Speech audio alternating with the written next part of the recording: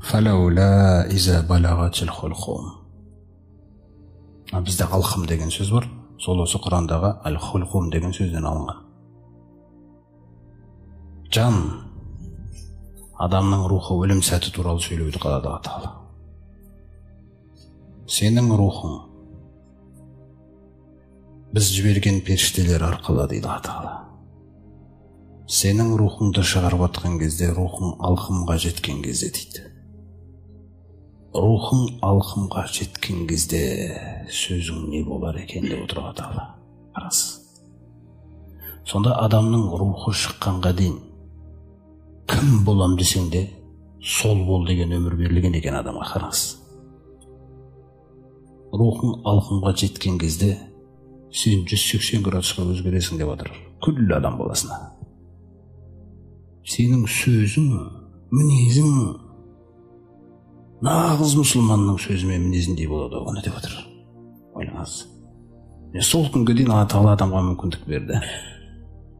Рух алқымға жетті деген аятта, рух алқымға жеткеннен кейін бүкіл нәрсе кеш болады деген сөзді білдірді.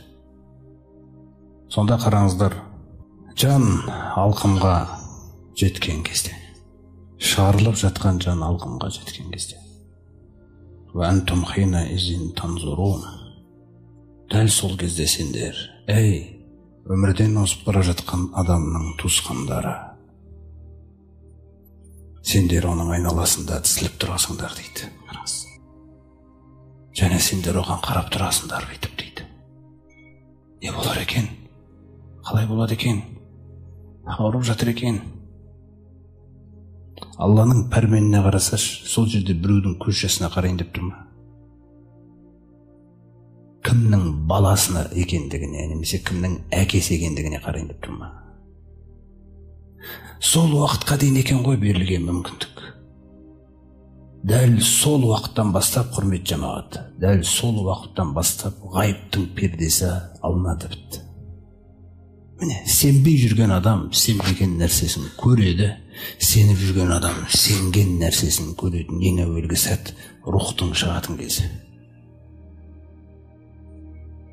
Сонда Алла айтады, дәл сол кезде, оның жаны алқымына жеткен кезде, сендер оның айналасында тізіліп оған қарап тұрасыңдар дейді.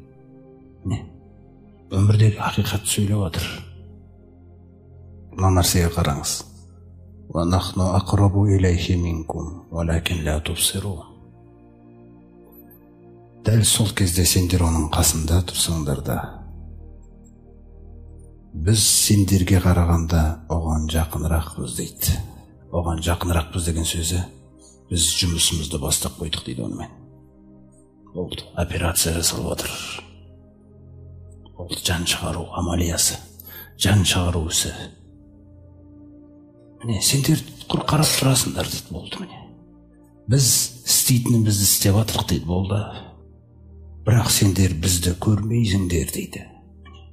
Солай жасағанбыз біз, иман ғайыбынан сенің үшін қалағанбыз. Иманда иман деп ғайыбынан сенгенің үшін айтылады. Сондағы біз оған сол жерде сендерге қарағанда жақынырақ жұмысты бастап қойдық, жан суырылып отыр. Айналасындағы адамдар, құрмет жамағат.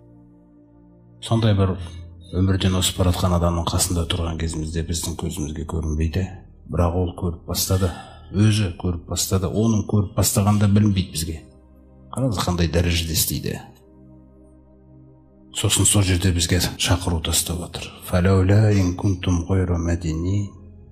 Ал сендер осы күнге дейін айтып келген едіңдер ғой. Бізге сот жоқ. Бізге ешкімнің пәрмені жүрмейді. Біз құр өлім келеді деп өлеміз деп. Өлімді құранау атеистер айтқандай бір өлім деп жүрдіңдер ғой сендер. Өліп қаламыз болды. Өлімнің кезінде басталады өмір. Міне, нағыз өмір өлімнің кезінде басталады. Мынау тек имтихан екен, есімді әкеткен дүние екен.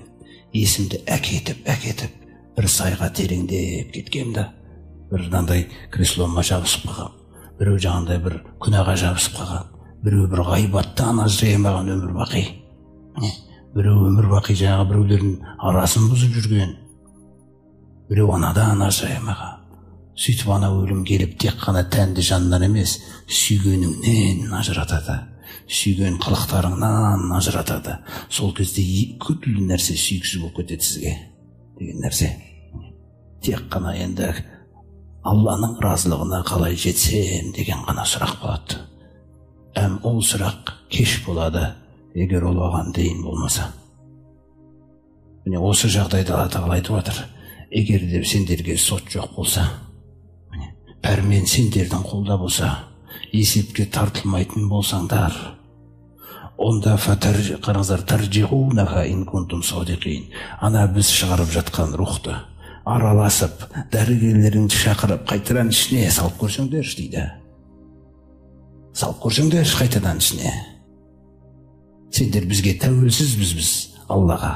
Алла жоқ, қайта тірілу жоқ, ақырет жоқ, құр дүние, сосын өлеміз деген едіңдер ғой. Дәл сол жанның шығарылып атқанның өзінде тұр ғой.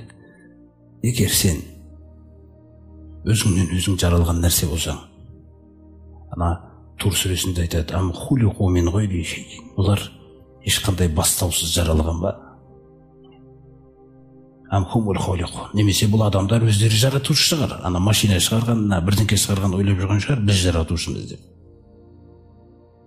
Егер сендерге сот болмаса, Аллаға тәуелді құл болмаған болсаңдар шынымен де, онда ана жанды рухты қайтадан ішіне салып көрмейсіңдер ма дейді.